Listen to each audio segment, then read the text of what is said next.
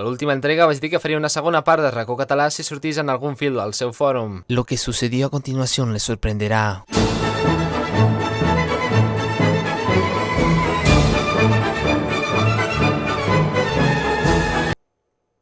Top careta.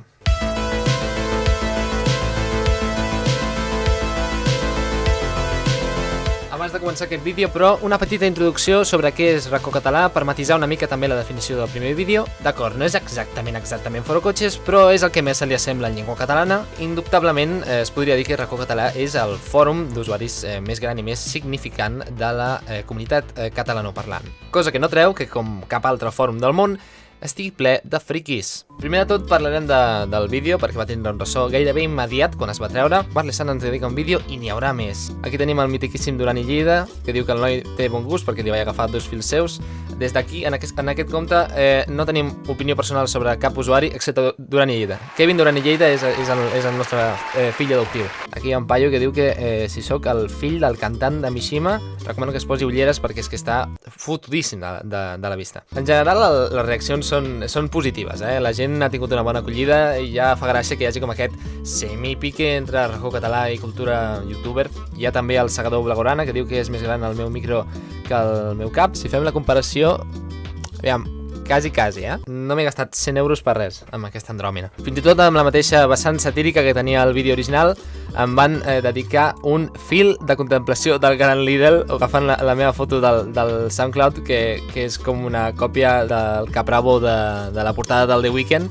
I al quart o cinquè missatge d'aquest fil, no sé ni per què, ja apareix la Juliana Canet. És que quan dic que està tot arreu és que no menteixo. També tenim un comentari a sota de la foto de la Juliana que diu que sóc jo desvestit amb una manta del llit. Un comentari que em sembla de mal gust, sobretot perquè és que les meves jaquetes retro tenen molt més estil que les seves. Juliana, un dia d'aquests, anem a la Vintage, anem a Carretallers, fem un vídeo anant a buscar jaquetes retro però de les guais, ja t'ensenyaré el que és la moda de veritat. També tenim aquesta foto seguint l'estètica comunista del Kevin Duran i Lleida. És que quan us dic que és el millor usuari del fòrum és que no menteixo. Fins i tot es veu que ja coneixien de la meva existència abans del vídeo de Racó Català, quan va sorgir tot el tema de Malaya, cosa que van celebrar molt positivament. Ja prou d'autobombo, perquè si no ens quedarem estancats. Anem amb l'actualitat del fòrum, i el tercer fil que trobem a l'inici fòrum recents és aquest tema d'aquí, que diu: quants cops heu tastat el vostre semen, a què sap?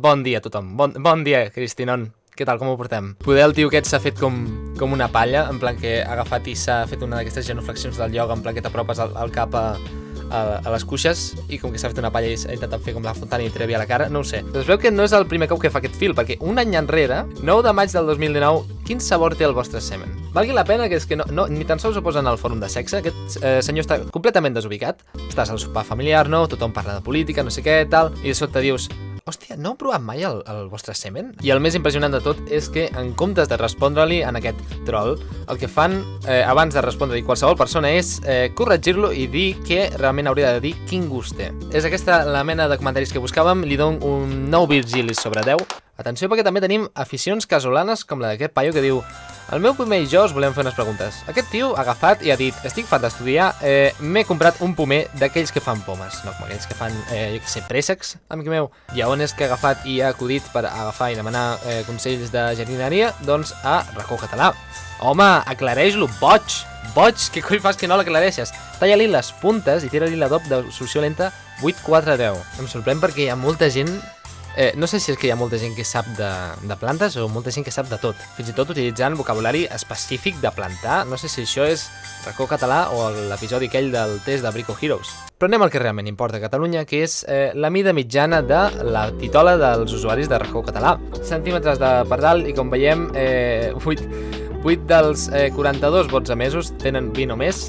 Si féssim una d'aquestes infogràfiques de mida de titola mitjana per país i poséssim a Racó Català com a país, el podríem posar bàsicament a l'altura de la República Democràtica del Congo. Vull dir, fins i tot dona instruccions correctes de com fer-ho, des de la base i anant cap amunt. Al cap i a la fi això és educació sexual, Vull dir, preneu una nota, estudiants d'ESO, preadolescents que estigueu veient aquest vídeo, així és com es fa. Per acabar, tal com vaig dir a l'últim vídeo, us demanava que em passéssiu fils o titulars de fils que estiguessin bé per agafar i repassar, fils retro, fils icònics del fòrum, com per exemple la saga de fils de l'usuari Cat33Cat intentant agafar i perdre la virginitat. Una cosa que és recurrent de diversos anys, hi ha un del 2017, però també hi havia un del 2016. Obro aquest fil per anar a fer el seguiment de l'intent de cardada per meva. Si aquest mateix fil el fes l'usuari Martín Pareja Obregón, jo crec que tindríem com un fil quilomètric. Tinc 22 anys i segueixo sense mullar, això crec que es mereixia un fil. No vull orcos ni travelos, típic perfil de Tinder, no? 22 anys, podem fer una birra,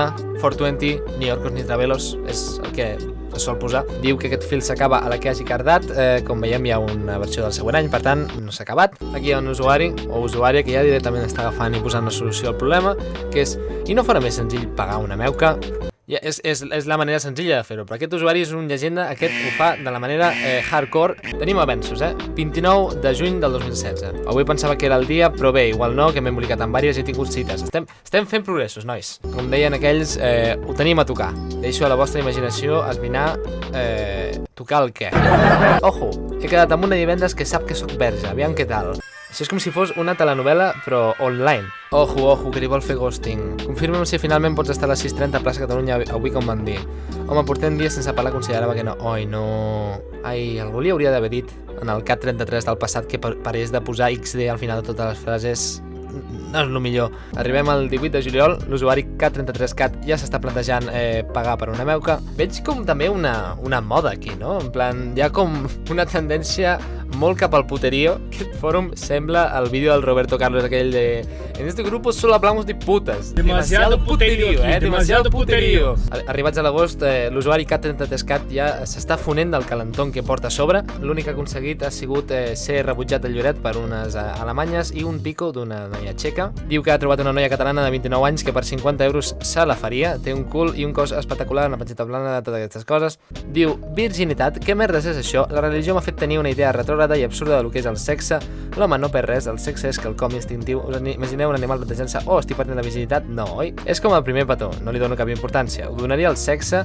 No ho sé, veient que estàs disposat a pagar 50 euros per fer-lo, doncs suposo que sí, tio. Al novembre, però, el nostre amic torna al ruedo, està lligant amb aquesta noia, i diu que aquesta noia del que hablemos más vaig tornar a quedar per dinar, i a l'acabar la cita li vaig intentar donar un petó i em va rebutjar. Oi, no, la cobra, tio. Realment, a aquest tio li han passat com 50 gats negres per davant. Finalment, el 3 de desembre, diu que ho va fer ahir amb una noia amb cos de model, òbviament va pagar molt mona.